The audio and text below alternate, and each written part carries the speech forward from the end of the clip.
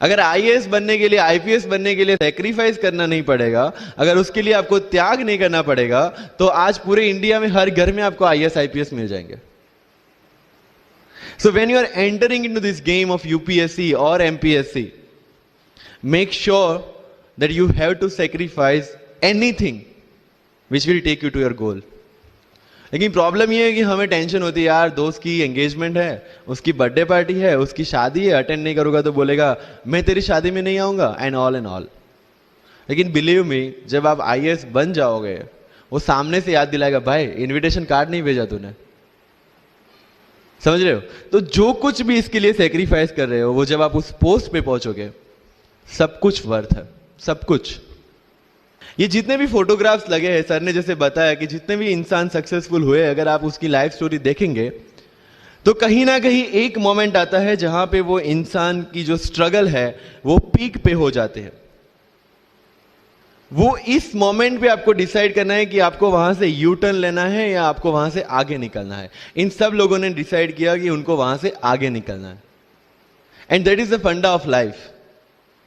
Success उन्हीं को मिलता है जो इस स्ट्रगल वाले मोमेंट से आगे निकलने की सोचते हैं.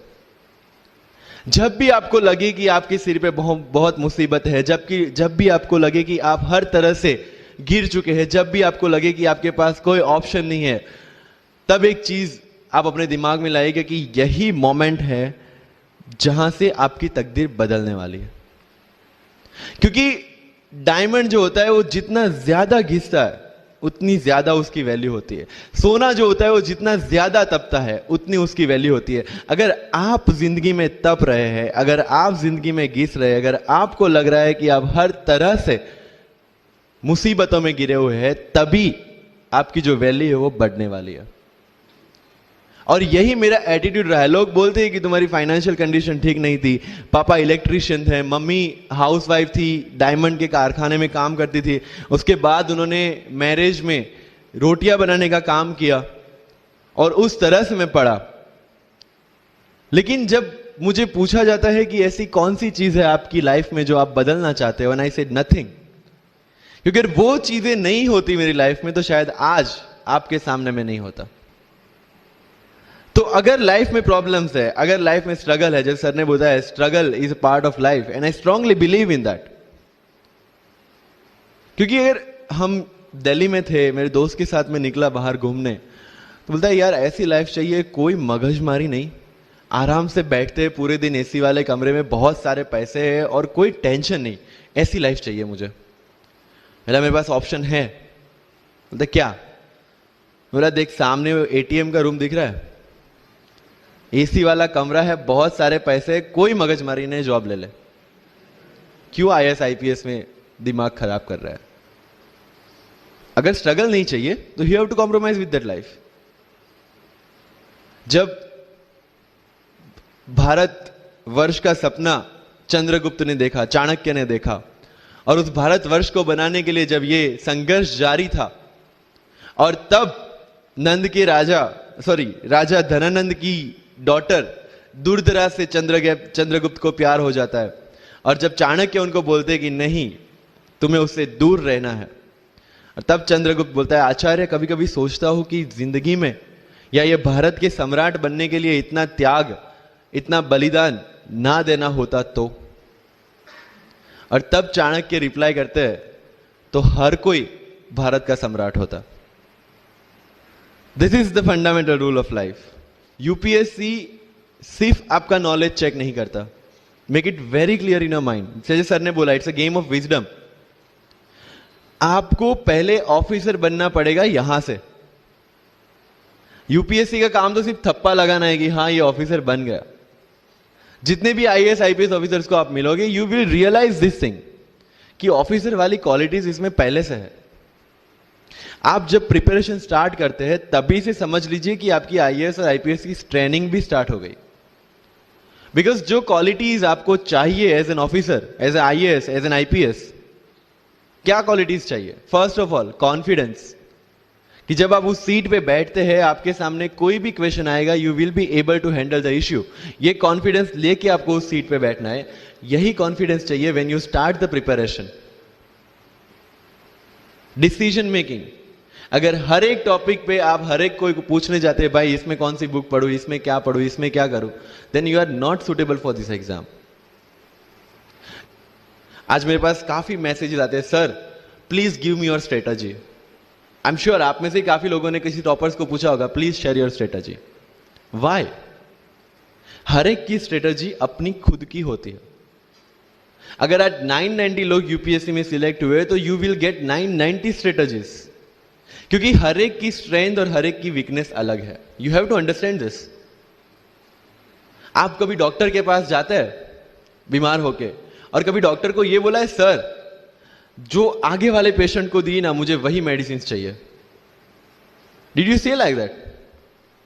नो, क्योंकि उसकी बीमारी अलग है, मेरी बीमारी अलग है। सेम चीज विथ यूपीएससी, आपकी स्ट्रेंथ और आपकी वीकनेसेस अलग है, किसी टॉपर की स्ट्रेंथ और किसी टॉपर की वीकनेसेस अलग है। Why should I walk on the same path, जबकि मुझे पता है कि वो मेरे लिए बना ही नहीं। I have to create my own path.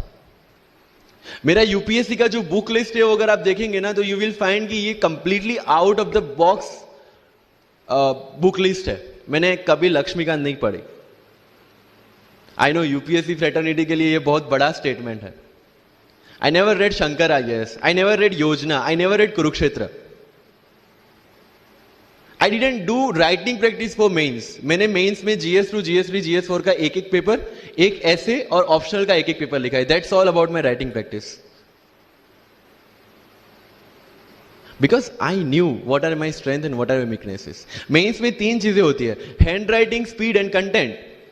When I was so sure about my handwriting and my speed, why should I waste my time on writing the papers? Instead of that, I focused on improving my content. Getting my point? So if you are the aspirant की जिसको लगता है कि 3 घंटे में मेरे से paper finish नहीं होता, then go for writing practice. Then write as much as you can because you need that. But किसी टॉपर ने 50 पेपर लिखे हैं, 3 टेस्ट सीरीज ज्वाइन किया है, इसलिए मुझे भी करना पड़ेगा। No, that is not the rule in UPSC. किसी ने ये टेस्ट सीरीज ज्वाइन की, मैं वहां चला गया, किसी ने वो टेस्ट सीरीज की, मैं वहां चला गया। No, you have to create your own path and this was the biggest part of my UPSC preparation. सुनो सबकी, करो मन की। This is applicability of your mind, क्योंकि आपकी स्ट्रेंथ, आपकी वीकनेस आपसे ज्यादा अच्छा कोई नहीं जानता। आपके पेरेंट्स भी नहीं, आपका सबसे क्लोज टीचर भी नहीं। आपको 3 बार चीजें पढ़ के समझ में आती है, किसी को 5 बार पढ़ के समझ में आती है, किसी को 1 बार समझ में आ जाती है। But I want follow the same path जो आगे लोगों ने फॉलो किया है, वो मेरे लिए बना ही नहीं है। I have create my own path. Getting my point? Yes और नो? सो जो मजदूरी है वो सड़क पे एक इंसान 12 घंटे गड्ढा खोद के भी करता है और एक टॉप कंपनी का सीईओ भी 12 घंटे दिमाग चला के मेहनत करता है। लेकिन how he is different from that person on the road? Because he uses his mind. In UPSC we are suppose to do the same. मुझे पता चला कि भाई लक्ष्मीकांत मेरी मेंस की रिक्वायरमेंट फुलफिल नहीं करता। प्रीलिम्स जैसे सर ने बताया was not in to consideration. I know कि उसमें सिर्फ एक ब्रिज क्रॉस करना है, एक हर्डल क्रॉस करना है। अगर मैं प्रीलिम्स में 180 भी लेके आया, 190, इवन 200 भी लेके आया, तो मेंस में तो मैं सबके बराबर ही खड़ा हूं। Why to waste your time and energy on something which is just qualifying? Instead of that, put your focus and energy to something, mains and interview, कि जिसकी वजह से आपको सर्विस मिलना है। Good marks in mains ensure that you are in the list. Good marks in interview ensure that you get the service of your preference.